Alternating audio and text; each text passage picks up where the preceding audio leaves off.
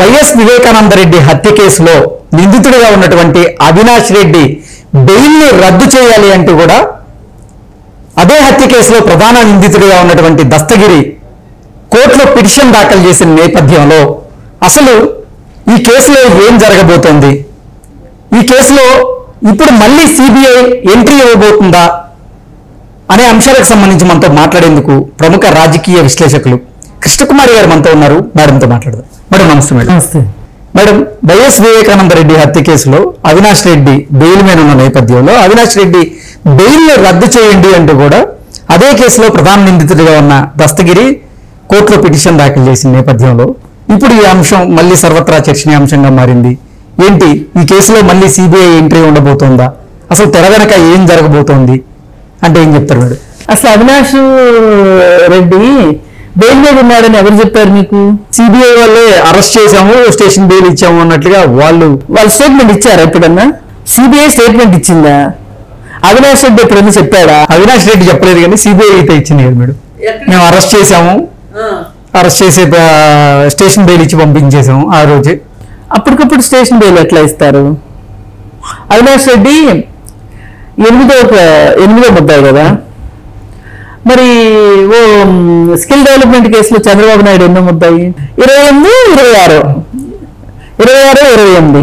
మరి ఆయన 52 రోజులు జైల్లో పెట్టారు. అవినాష్ రెడ్డిని 8వ ముద్దాయిని, పైగా హత్య కేసు ఇది. మరి సాక్షుల్ని ఇబ్బంది పెట్టచ్చు. ఇది సిబిఐ, అదేమో సిఐడి కదా మేడం. ఇది రాష్ట్రానికి సంబంధించింది, అది కేంద్రానికి సంబంధించినటువంటి దర్యాప్తు సంస్థ. అంటే రాష్ట్రంలో అయితే కఠినంగా ఉంటాయా? కక్ష సాధింపు చర్యల్లో భాగంగా ఇప్పుడు సీఎం గారు ఆర్డర్ చేస్తే సిఐడి వాళ్ళు ఓకే నిర్బంధించవచ్చాము.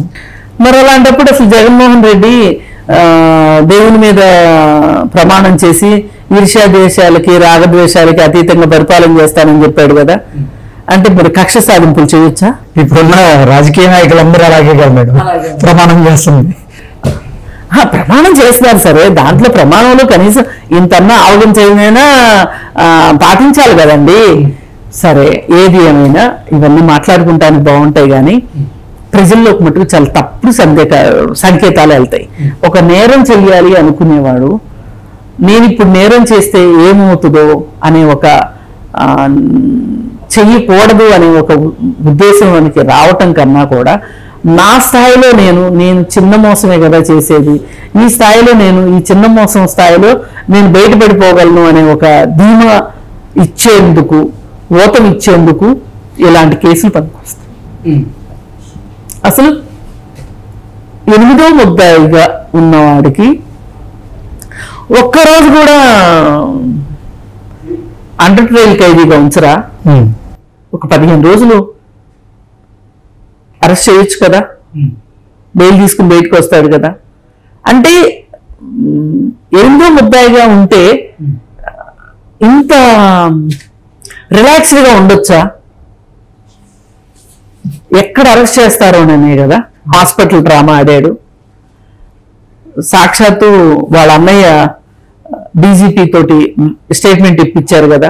ఇప్పుడు అతను అరెస్ట్ చేస్తే శాంతి భద్రతల సమస్య వస్తుంది, మళ్ళీ శాంతి భద్రతలకు విఘాతం కలిగిందని ఎవరో అనొద్దు, అది నా చేతుల్లో లేదు అని చెప్పించాడు కదా. అందుకే స్టేషన్ బెయిల్ ఇచ్చారు అతనికి. ఊరికి ఎవలా అతను అన్న అండదండలు అతనికి ఉన్నాయి కాబట్టి స్టేషన్ బెయిల్ ఇచ్చారు. కాకపోతే ఇప్పుడు ఈ దస్తగిరి వేసిన పిటిషన్ వల్ల జరిగేదేంటి, ప్రపంచానికి తెలిసేదేంటి అంటే తెలియని వాళ్ళకు కూడా అతను 8వ ముద్దాయి, అతను బెయిల్ మీద బయట ఉన్నాడు. అదే రోజు స్టేషన్ బెయిల్ ఇచ్చారు సిబిఐ వాళ్ళు. అసలు సిబిఐ ఇంత కూరలు తీసిన పామా? అసలు సిబిఐ అంటే మేము ఏదేదో ఊహించుకున్నాం అనుకునే కోర్టులో సిబిఐ ఉన్నాడు. కోర్టు బెయిల్ తీసుకుని వచ్చాడు బయటికి. అతను బెయిల్ పైన ఉన్నాడు. మరి బెయిల్ పైన ఉండే ఒక నిందితుడికి ఏమేమి హక్కులు ఉంటాయి, ఏమేమి బాధ్యతలు ఉంటాయి అంటే అతను దేనికి అనుగుణంగా ఉండవలసి ఉంటుంది సమాజంలో అనేది కూడా ఉంటుందిగా. సాక్షుల్ని భయపెట్టకూడదు, సాక్ష్యాధారాలను తారుమారు చేయకూడదు, ఇవన్నీ ఉంటాయి కదా. ఆ కేసుకి సంబంధించి ఎక్కడ మాట్లాడకూడదు, ఇవన్నీ ఉంటాయి కదా. మరి అవన్నీ చేయకుండా ఉంటారా? అవన్నీ చేస్తానే ఉంటారు. ఏది ఏమైనా ఇవాళ దస్తగిరి వేసిన పిటిషన్ వల్ల ఒక మేలు ఏంటి అంటే, ప్రపంచానికి అవినాష్ రెడ్డి బెయిల్ పైన ఉన్న నిందితుడు, ఇప్పటిదాకా అసలు నాకేమీ తెలియదు అని చెప్పిన మనిషి ఇవాళ బెయిల్ పైన ఉన్నాడు అనేది ఒక కఠోర వాస్తవాన్ని ప్రజల ముందు ఉంచారు. కాకపోతే ఇన్నాళ్ళు దాచిపెట్టి కరెక్ట్ గా ఎలక్షన్ టైంలోనే బయటికి తీశారు. మరి ఇప్పుడైనా సరే రేపొద్దున అతనే పోటీ చేస్తాడు, కడప సీట్కి అవినాష్ రెడ్డి పోటీ చేస్తాడు. ఈ తాజా కేసు వల్ల అయినా సరే ఏమన్నా ఎలక్షన్ కమిషన్ అతని పోటీకి అనర్హుడు అంటదా? అదొక ఆశ కూడా ఉండొచ్చుగా వాళ్ళకి. ఏమో మనం కూడా అదే అడుగుదాం. అసలు ఇప్పుడు ప్రజల్ని ఓటుని కోరేవాడు ఎంత సరిగా ఉండాలి, ఎంత ఆదర్శవంతంగా ఉండాలి, ఎంత ఎగ్జాంపుల్ గా ఉండాలి. అలాంటి వాడు ఒక కేసులో ఎందుకో ముద్దాయి ఆయన బెయిల్ తీసుకుని బెయిల్ పైన ఉన్నాడు.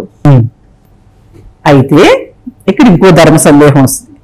16 కేసుల్లో నిందితుడిగా ఉన్నవాడు, 16 నెలలు జైల్లో ఉన్నవాడు సీఎం అవగాలేంది, ఒక హత్య కేసులో ఎంతో ముద్దాయిగా ఉన్నవాడు బెయిల్ పైన ఉంటే తప్పేంటి? అంటే ఇక్కడ వైఎస్ఆర్సీపీ వాళ్ళు చెప్పారు ఏంటంటే మేడం, దేశవ్యాప్తంగా ఉన్నటువంటి ప్రజాప్రతినిధుల్లో ఎంతమంది మీద కేసులు లేవు, సాక్షాత్ ప్రధానమంత్రి మీదే కేసులు ఉన్నాయి అంటే కూడా వాళ్ళు ప్రస్తావన చేస్తున్నారు. ఇలాంటివి కనుక లేవనెత్తితే అంటే వీళ్ళు పోల్చుకోవాల్సింది ఎవరితోటంటే, కేసులు లేకోకుండా స్వచ్ఛంగా ఉన్న వాళ్ళతో పోల్చుకుంటే బాగుంటది. కేసుల్లో ఉన్న వాళ్ళతో పోల్చుకుంటే ఏంటి లాభం చెప్పండి? మీరు ఎవరిని ఆదర్శంగా తీసుకోవాలి? కేసులు ఉన్న వాళ్ళని ఆదర్శంగా తీసుకుంటారా, కేసులు లేని వాళ్ళని ఆదర్శంగా తీసుకుంటారా? ఎవరికైనా ఏం చెప్తారు? క్లాస్ రూమ్ లో చదువుకున్న వాడిని చూపించి వాడు చూడు ఎంత బాగా చదువుకుంటున్నాడు నేర్చుకో అంటారు. అంతేగాని అసలు చదువురాని చూపించి అసలు ఏమి రావట్లేదు వాడి మీద నువ్వు బెటర్ అంటారా? మన రాజకీయాలు అలా ఉన్నాయి మేడం, ఏం చేస్తాం?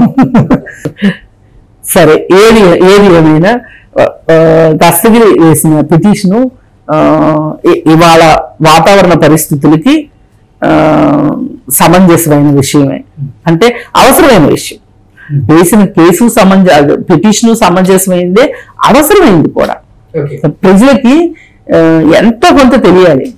వీళ్ళు చేసేవన్నీ చేసేసి కామ్గా గప్చిప్గా ఎలక్షన్స్ లో గెలిచేసి నీతిమంతులుగా చలామణి అవుతున్నారు కదా, దాని మీద కొంచెం ఎంతో కొంత ఊరటగా ఉంది తప్పితే ఇది వేరే కాదు. కాకపోతే సిబిఐ కొంచెం వెన్నుముకున్న సిబిఐగా ఉండాలి, అంతేగాని కేంద్ర ప్రభుత్వం చేతిలో సిబిఐ లాగా ఉంటే కుదరదు. Okay, thank you so much.